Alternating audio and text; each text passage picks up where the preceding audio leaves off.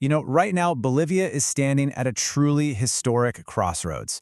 The 2025 election isn't just another trip to the polls. Nope. This is one of those moments that's going to define the country's entire future. It's forcing a choice between two completely different paths out of a crisis that's just getting deeper by the day. So let's get right into it.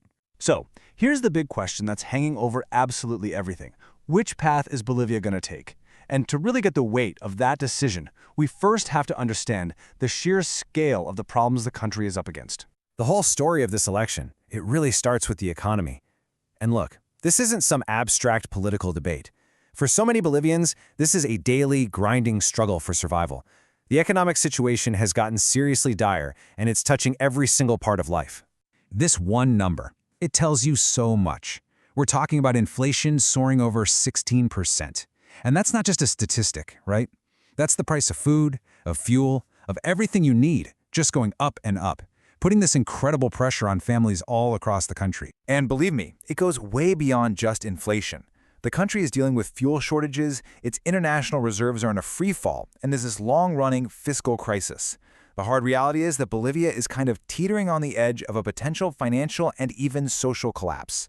So, in the face of this huge emergency, two completely different visions have popped up.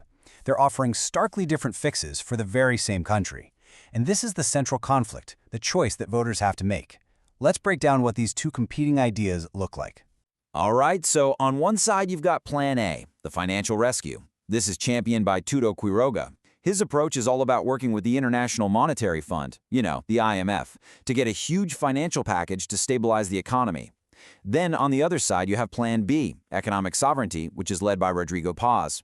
His vision completely rejects the IMF, and it's all built on this belief that the country's problems are really internal. This quote from Rodrigo Paz, man, that just perfectly captures the heart of his entire argument. It's a really powerful message, right? It taps into this deep-seated distrust of those big international institutions and this widespread feeling that it's corruption at home, not outside forces, that's the real root of the crisis. And that brings us to what is probably the most heated part of this whole debate, the role of the IMF.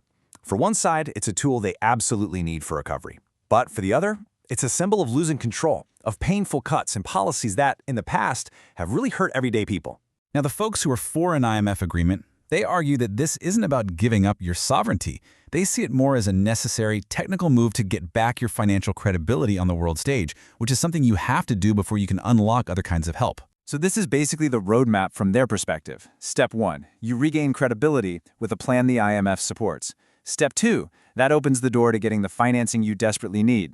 Step 3, with that money, you can finally stabilize the economy. And Step 4, you bring that crippling inflation back under control.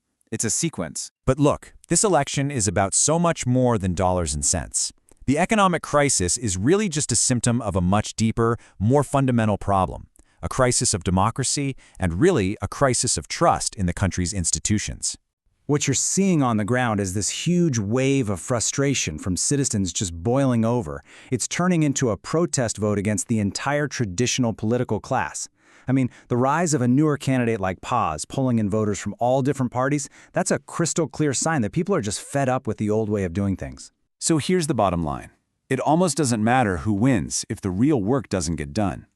Any real path forward means a complete overhaul of the system, rebuilding the connection between people and their government, making the courts truly independent, getting rid of political cronyism, and actually holding people accountable. It all comes down to rebuilding the very foundation of trust. And at the end of the day, that is what is on the ballot in 2025. It's a choice between sticking with the status quo, this endless cycle of crisis and division, or taking a really bold step toward a new chapter, one that's defined by a stronger, more responsive democracy. And that leaves us with this final and maybe most essential question. Beyond all the economic plans and the political promises, how does a country actually rebuild trust? Trust between its citizens, its leaders, and its own institutions. That is the fundamental challenge, and honestly, the answer is what will shape Bolivia for generations to come.